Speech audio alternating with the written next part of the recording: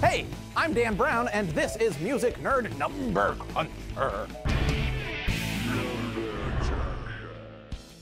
More than 1 billion. That is the number of hours humanity spent listening to Pandora last month.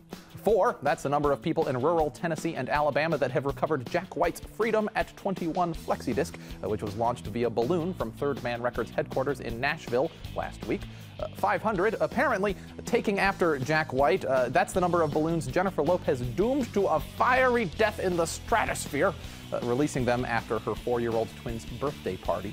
67 million, that's the number of dollars the recently shut down for piracy file hosting site Mega Upload demanded the U.S. government return to their coffers this week, arguing that the seizure of their assets left the company unable to pay for proper legal counsel. 81, that's the number of volumes of That's What I Call Music that have been released to date. The most current edition of what people are calling music sits at number 1 on iTunes. And 187,000, that's the number of dollars Whitney Houston's funeral cost her hometown of Newark, New Jersey. In chart news, Madonna's MDNA, which was at number 1 last week, saw an 87% sales drop this week. That's the largest one-week drop for a number 1 ever.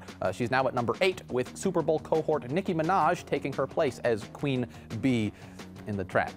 Bees in the Trap. That's a Nicki Minaj song. Further down in the netherworld of the charts, we have some interesting debuts. De Vermis Mysteris by High on Fire, one of my personal favorite bands, debuted at number 61. Bottoms Up by Obi Trice debuted at 113. And while it was released last year, Disney Princess Fairy Tale Songs made its chart debut at number 173. That's 45 spots behind our perennial favorite, Chipwrecked, the official motion picture soundtrack.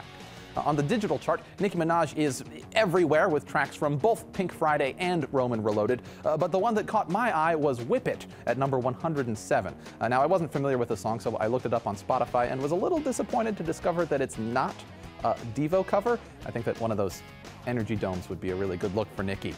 And YouTuber Shane Dawson is doing his part to blur the line between media worlds. His online fandom has driven Super Love to number 135 with 17,000 sales. Now that's impressive, but it pales in comparison to fellow YouTube sensation turned music sensation Carmen, whose second single, Broken Hearted, is at 27 with 72,000 sales.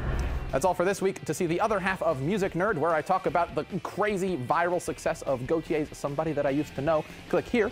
And to watch this week's Happy Fun Music Time, where Elaine makes jokes about music, click here.